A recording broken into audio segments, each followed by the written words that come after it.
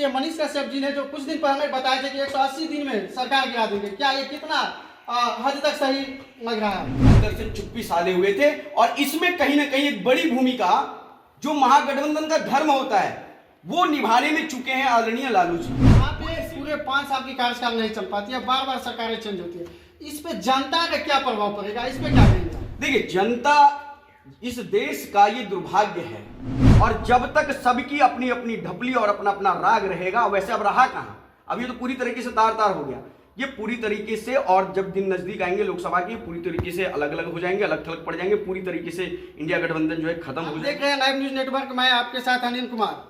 अभी जो है कि बिहार में राजनीतिक अंधियारों में काफी भूचाल मच चुकी है।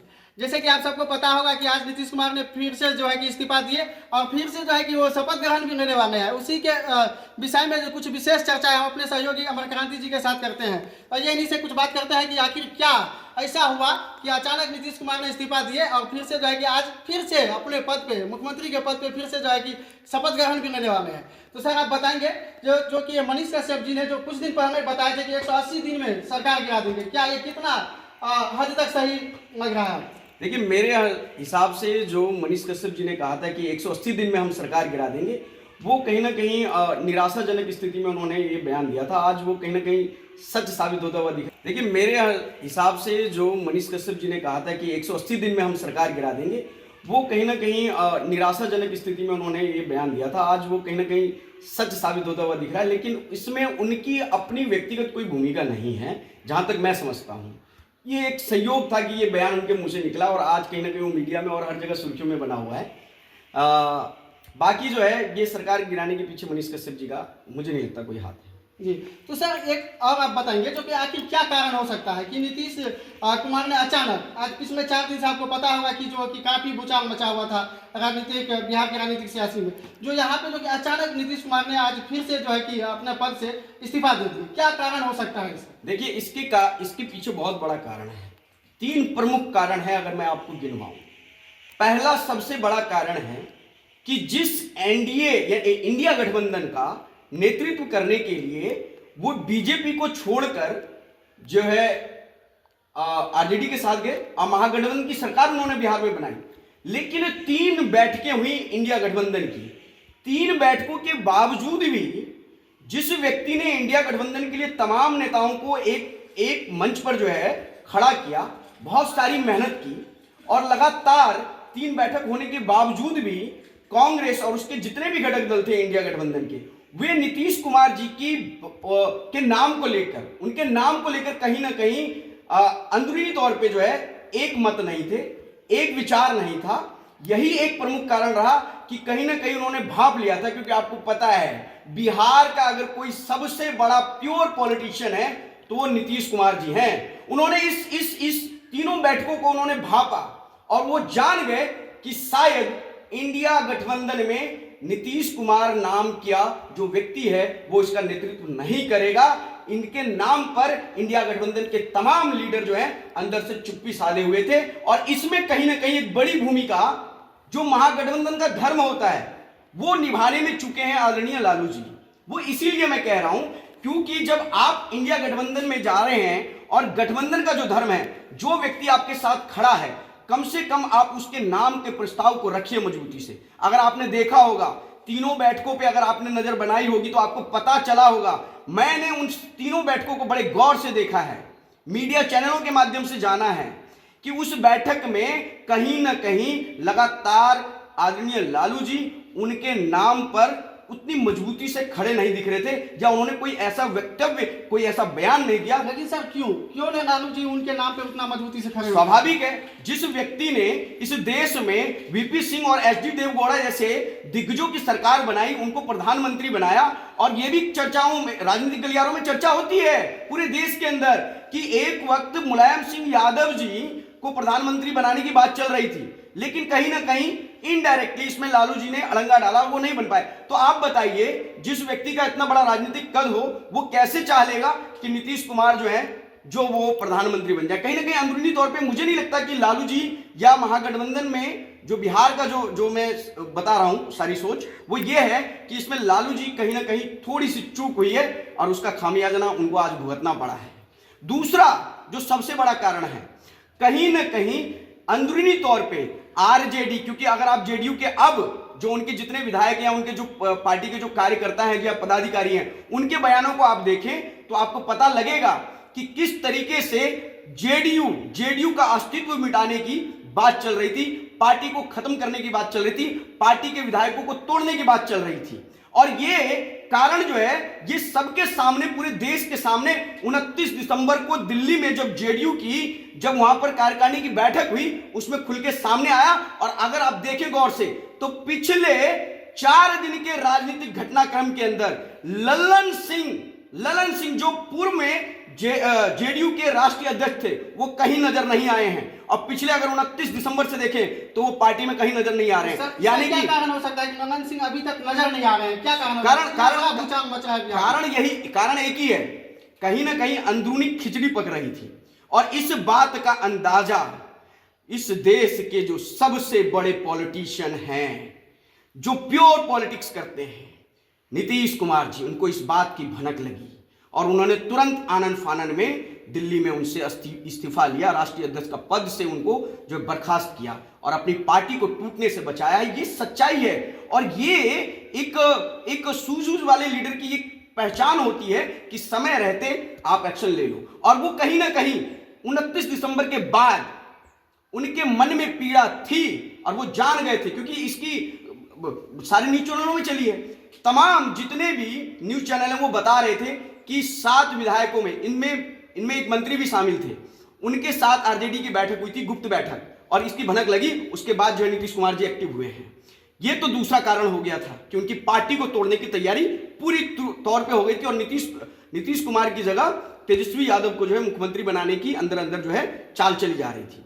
और जो तीसरा सबसे बड़ा ये कारण है कि लगातार प्रयास के बावजूद भी जो महागठबंधन का धर्म है वो पार्टी आरजेडी और अन्य दलों के साथ मिलकर नहीं निभाया जा रहा था। इस बात की भी भनक मुख्यमंत्री नीतीश कुमार जी को थी।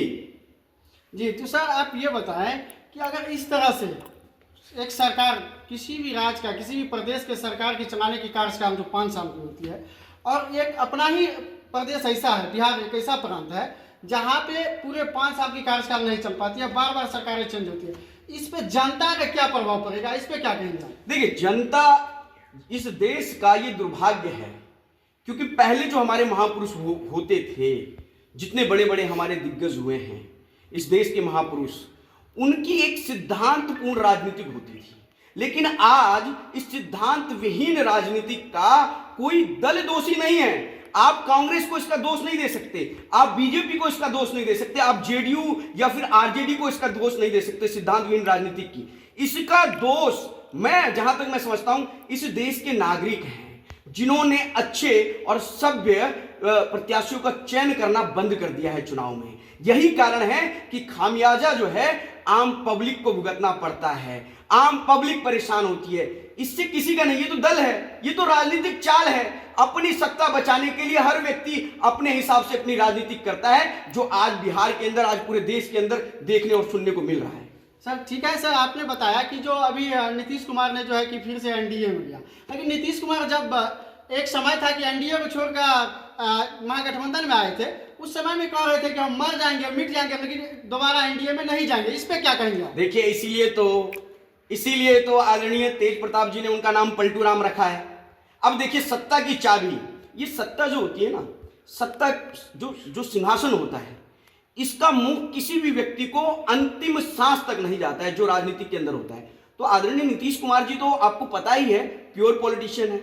देखिए, कोई भी हो, इधर आरजेडी हो या इधर बीजेपी हो, सत्ता की चाबी वो अपने पास ही रखेंगे जब तक वो जीवित हैं, जब तक उनका प्रयास है, जब तक वो पूरी तरीके से स्वस्थ हैं, वो सत्ता की चाबी अपने पास ही रखेंगे। और मजबूरी है, यहां आरजेडी की मजबूरी थी इसलिए उनको लिया, यहां बीजेपी की मजबूरी है इसलिए उनको शामिल कर रहे हैं। ये सच्चाई है। और नीतीश कुमार जी बहुत सुलझे हुए पढ़े लिखे लीडर हैं, वो जानते हैं कि राजनीतिक असल में करना कैसे है। जी सर, ये तो नीतीश कुमार की बात थी। सर अभी जो क्या है कि आज जो है कि डिप्टी सीएम के रूप में 2 चेहरा उभर के आए हैं, सम्राट चौधरी जी, दूसरा देखिए, मैं आपका बयान, एक चीज और सर, आप एक चीज बयान नहीं सर, इस पे भी आप जवाब दे कि सर सम्राट चौधरी भी कहे थे कि जब तक नीतीश को मिटाएंगे नहीं तब तक सांस नहीं लेंगे, उस पर क्या कहेंगे? देखिए ये राजनीतिक बयान होती है, ये केवल बयानों तक ही सीमित रह जाता है, इसका कोई भी कहीं तक दूर दूर तक प्रभाव नहीं पड़ता। देखिए उन्होंने मुरट्ठा बांधा था, यही ना आपका सारा इशू हो रहा है ना, तो मुरट्ठा उन्होंने बांधा था, उन्होंने बांधा कि हम जब तक इनको पद से हटाएंगे नहीं हम जो है ये मुरट्ठा नहीं खोलेंगे। आज देखिए जैसे ही उनको मौका मिला जाके चिपक गए और उप मुख्यमंत्री के पद पे भी आ गए हैं। तो कहने का मेरा एक ही भाव है कि राजनीतिक बयाने राजनीतिक चालों में मायने नहीं रखती, और जो है इसमें कोई पूरी तरीके से स्थायी दुश्मन नहीं होता। यहां पर राजनीतिक चालें समय और परिस्थिति को देखकर हमेशा जो है दल जो है अपने अपने हिसाब से बदलते हैं, समझ रहे हैं? सर अभी इंडिया गठबंधन का जो मुख्य नेतृत्व करते थे नीतीश जी, अब तो वो रहे नहीं, अब आगे भविष्य में इंडिया गठबंधन किस तरह से मजबूत हो पाएंगे इस पे? देखिए केसी त्यागी जी ने, वो उनके सलाहकार हैं, जेडीयू के सलाहकार हैं और काफी सुलझे हुए प्रवक्ता हैं। उन्होंने कहा, अब मैंने आपको एक हफ्ते पहले ही कहा था, आपको शायद ध्यान होगा, मैंने कहा था कि इंडिया गठबंधन पूरी तरीके से तार तार होगी। कल से न्यूज में चल रहा है इंडिया गठबंधन तार तार हो गई है।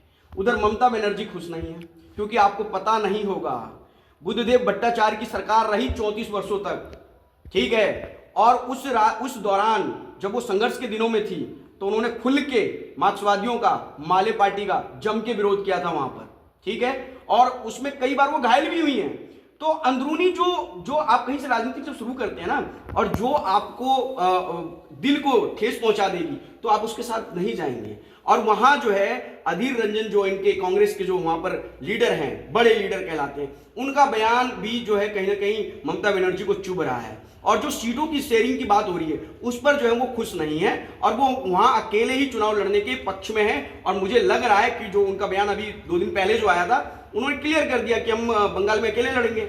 और मुझे लग रहा है जहां तक वो अकेले लड़ेंगे, क्योंकि अभी उनके पास सांसद ज्यादा हैं और वो चाहती नहीं है अपने किसी सांसद को या अपने किसी कार्यकर्ता को नाराज करना, इसीलिए वो अकेले लड़ेंगे और अकेले लड़ने में वो सक्षम है वहां पर। जी, तो फिर इंडिया गठबंधन का क्या होगा? देखिए इंडिया गठबंधन में सारे जितने भी दल हैं इसके अंदर, मैंने पहले ही बताया था, देखिए सबकी अपनी अपनी ढपली, अपना अपना राग है, और जब तक सबकी अपनी अपनी ढपली और अपना अपना राग रहेगा, वैसे अब रहा कहां, अब ये तो पूरी तरीके से तार तार हो गया ये पूरी तरीके से। और जब दिन नजदीक आएंगे लोकसभा की, पूरी तरीके से अलग अलग हो जाएंगे, अलग थलग पड़ जाएंगे, पूरी तरीके से इंडिया गठबंधन जो है खत्म हो जाएगी। मुझे जो लग रहा है, मेरा जो अनुमान लग रहा है, क्योंकि सब दल अपने अपने हिसाब, अब देखिए मुख्यमंत्री भगवंत मान जो है पंजाब के, उन्होंने कहा कि 13 लोकसभा पे हम लड़ेंगे, कांग्रेस चाहती है कि उसमें हमें 8 दे दें, कैसे होगा भाई?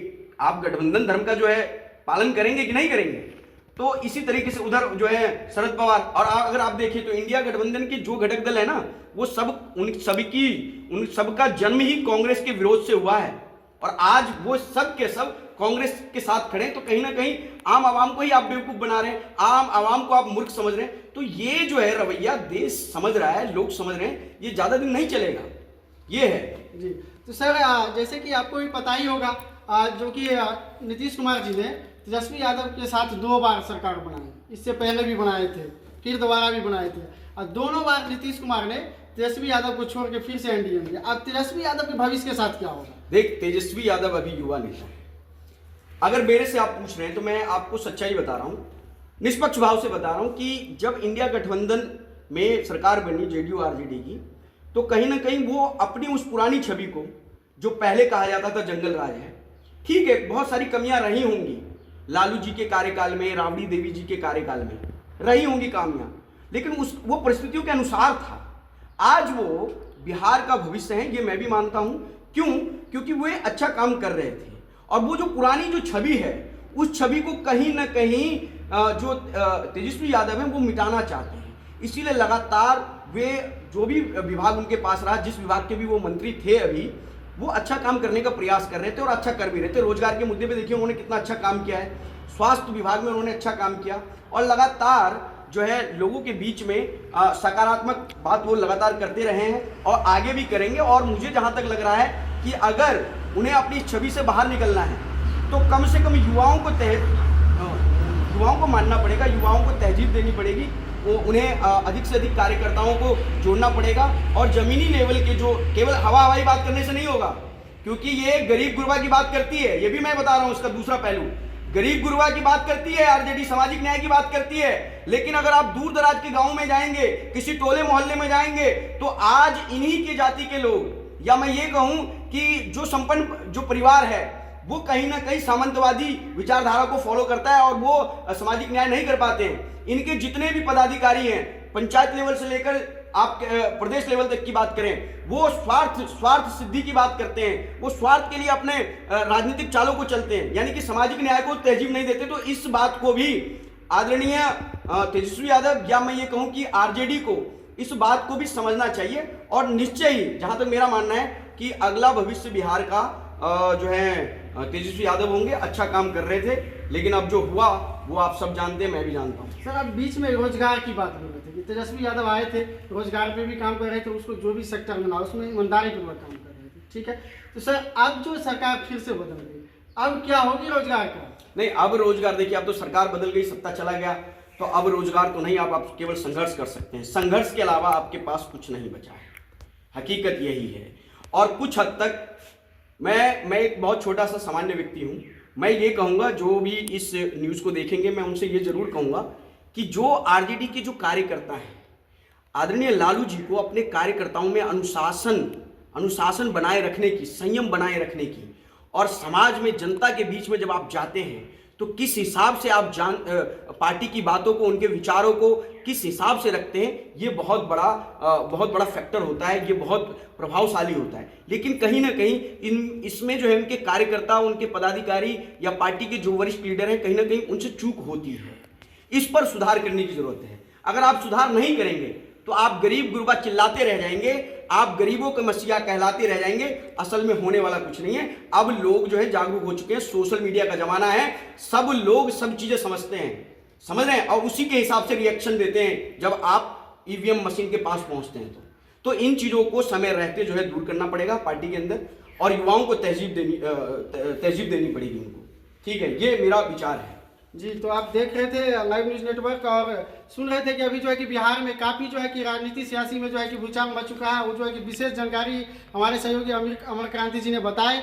और जो अभी तो आप सब लोग को पता ही होगा कि फिर से बिहार में जो है कि नीतीश कुमार की सरकार बनेगी, बनने जा रही है। आज ही शपथ ग्रहण भी लेंगे और साथ में डिप्टी सीएम चेंज होंगे। 2 डिप्टी सीएम बनने वाले हैं, एक तो आपको पता होगा समाज चौधरी और विजय सिन्हा। इनके बारे में भी विशेष जानकारी हमारे सहयोगी अमर क्रांति जी ने दिए।